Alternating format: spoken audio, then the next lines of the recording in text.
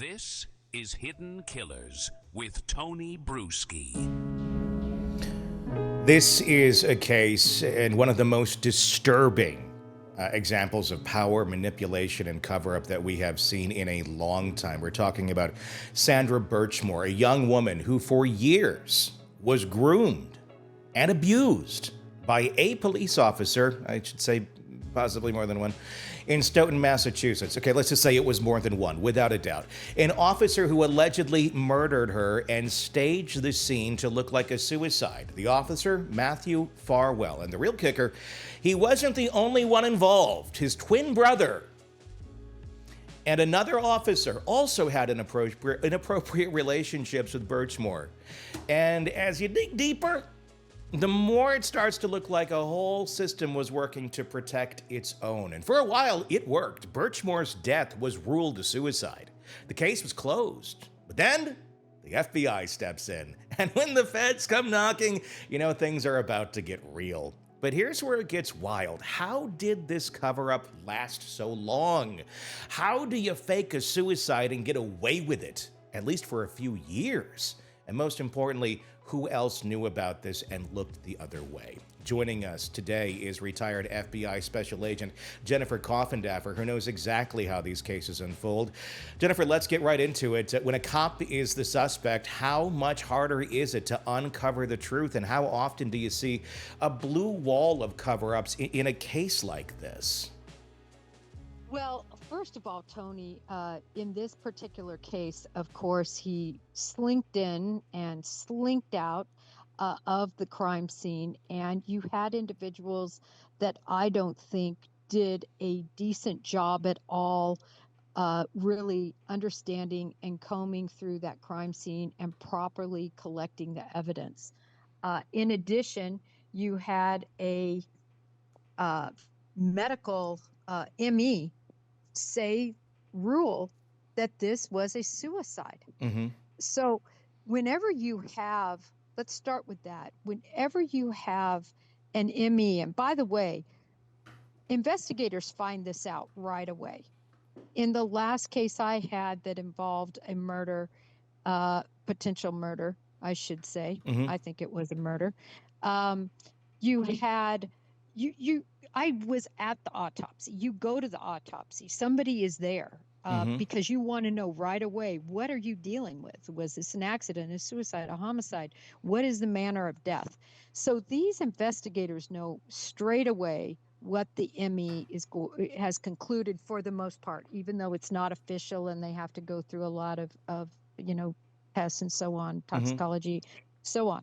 So when you have a situation that is ruled a suicide, it's very difficult for you then to say you have a homicide. Mm-hmm.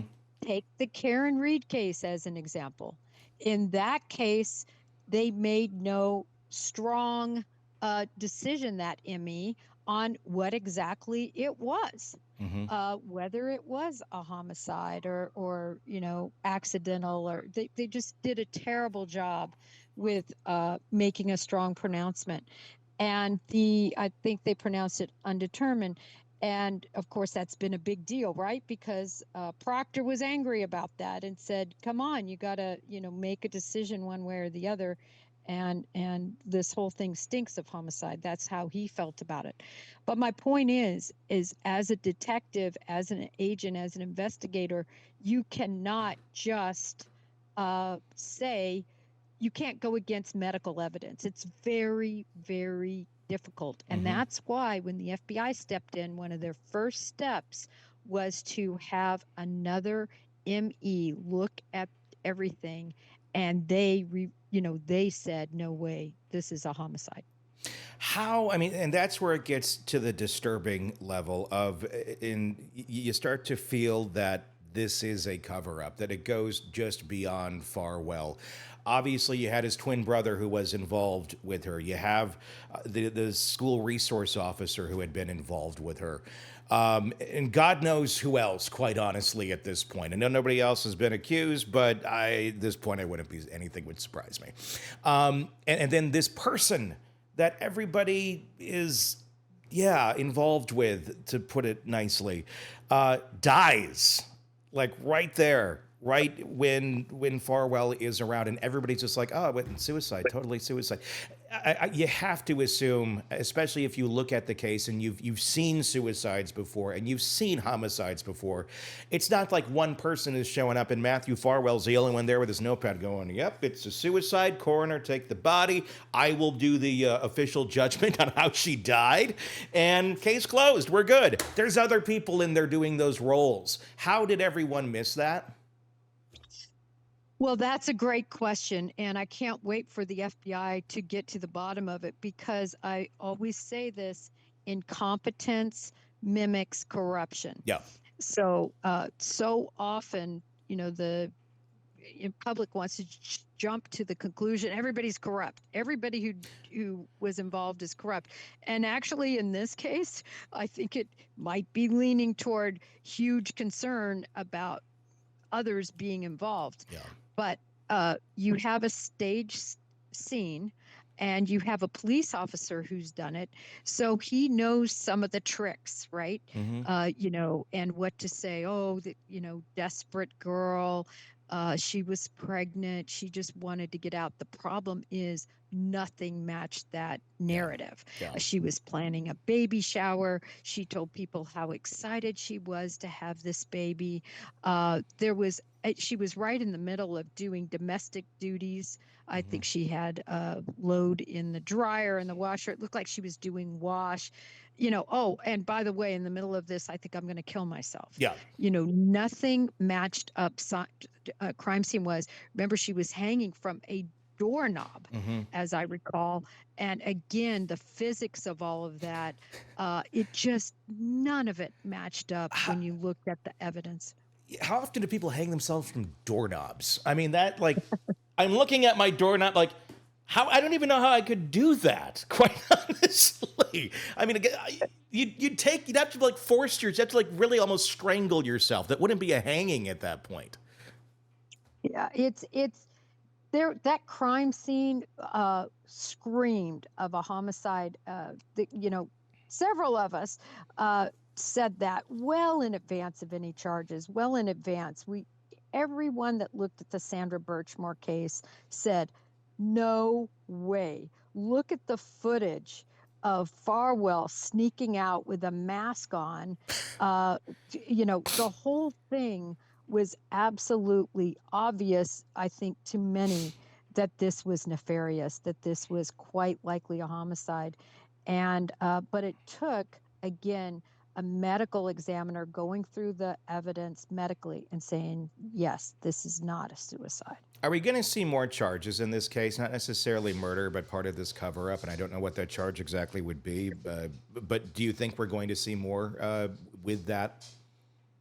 Well, there could be accessory charges, and I think the number one person on the chopping block at this point is the brother. I just find it, I would be surprised if he didn't aid and abet in some way. But I think the downfall to any and everybody who might be involved in this will be the communications.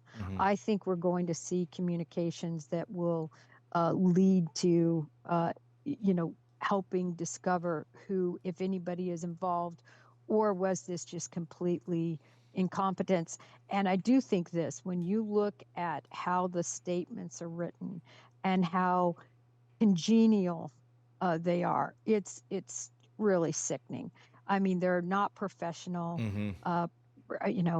Matt said this. I think one of them, as I mentioned, they use his first name. Yeah. And I remember when I was reading this thinking, wow, nobody should be conducting an investigation that calls a potential suspect by their first name and it's all, believed on its face. So all of that is extremely concerning in this case. I think the other part that's obviously extremely concerning to everyone is, the fact that the allegations are that Farwell started having a sexual relationship back with her in 2014. They met in 2011. That's pretty far back now in terms of, I think, what we're going to be able to find in terms of digital evidence and footprint, not necessarily for the murder, but more so for the sexual relationship, the statutory rape of a minor.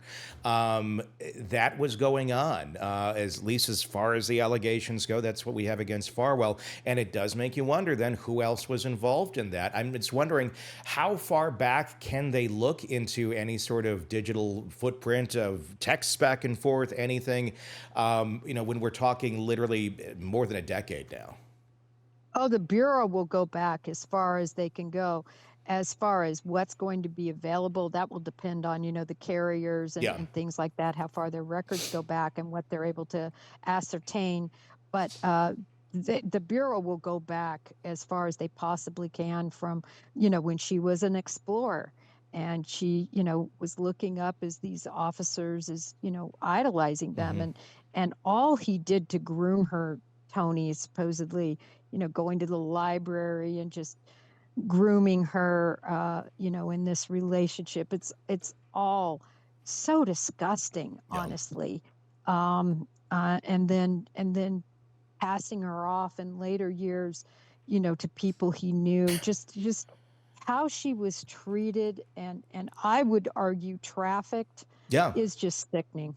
That's what I'm wondering. Like, how far back is this going to go? I mean, it certainly doesn't reach the Diddy levels of trafficking, but if you look at it as, he started this grooming as a minor, brought her in, and literally kind of did traffic her around to friends. I mean, crudely, you could say he kind of pimped her out to his buddies.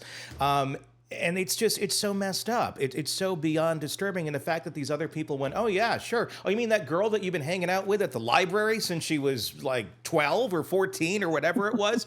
It's like, yeah, that's a great idea. Have her come on over. It's just such a lack of moral character, of any sort of decency, and just everything. It's so sickening that there was this congested group of people that all kind of thought the same way about another human being. You usually kind of have your one-offs here and there, but this is like a little cabal of them that we're all kind of feeling the same sick way.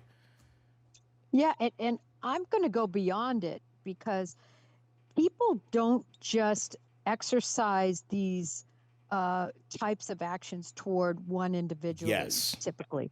I'm wondering how many more possible victims we could have. Obviously, not to this level, somebody else that would have been killed, but somebody else that he would have either, raped at a young age, attempted to, had conversations with, all of that. And then the other big thing is, Tony, I see this guy flipping like a fish on a dock. Yeah. He could face the death penalty for what he's done, and I see him totally lining out everyone in his department and anyone who's done anything there to avoid the death penalty.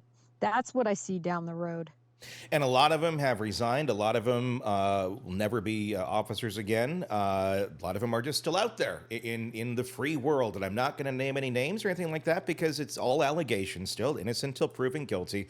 But how do you think there's a lot of people out there that are just kind of counting their days, waiting for the FBI to come knocking at this point? Yes, I really do. And the Yeah. FBI probably has knocked.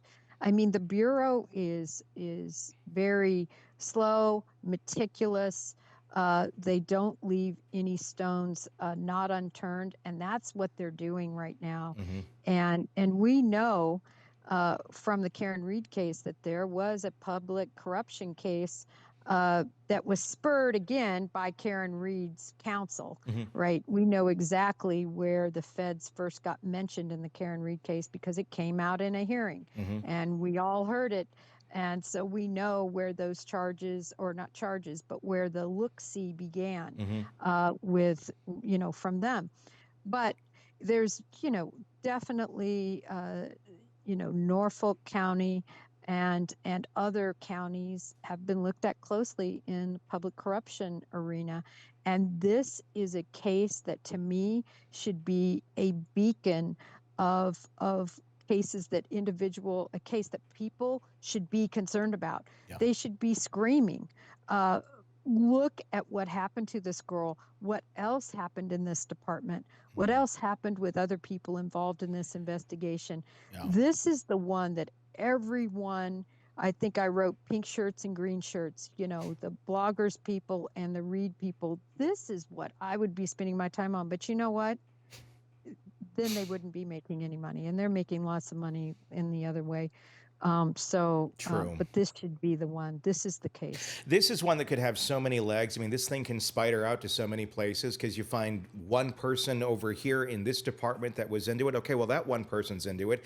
And like you said, and as we know, they're birds of a feather. They all kind of flock together. And okay, so you got this one over here. Who does he have over here that doesn't necessarily know this group over here, but they're doing this over here? And this could go all over the place. And really, if that is true, as sad and disturbing as that would be, it could be a massive way to remove a lot of horrible people from places in government and in public service that they should not be.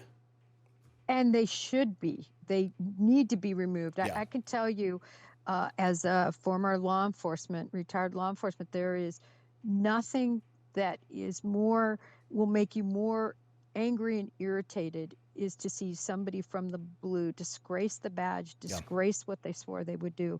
It's, I guess, like the converted smoker, right? That the smoke bothers them more than anything. That's how law enforcement feels. But Tony, what would go a long way to doing a big right down there would be for state charges to be filed. And I'll tell you one of the biggest reasons is that unborn child. Federally, there can be no murder charges related to that child because, the Bureau took a very interesting way to be able to charge her when normally they wouldn't have jurisdiction. They charged her because she was a witness. So murder of a witness in a case. That's how they went after it to get the federal jurisdiction. Well, they don't have that, obviously, for the unborn child. I want to see the state come back, file full-on charges in this matter, and include the death of the baby. Do you think that would happen before Farwell goes to his own trial, the federal trial, or would that be an after thing? I think it should be now. Look at Luigi Mangione. Yeah. I mean, everybody and their dog wanted to file those cases against him. And so now you have concurrent, cases going on in different jurisdictions. So this is the time. Yeah. This is the time. I think they should be working with the FBI, and I think local charges should also be brought. That's my opinion. I don't understand why they wouldn't be. Want to stay on top of the latest true crime cases? Press subscribe now and never miss a breaking update from the Hidden Killers podcast and True Crime Today.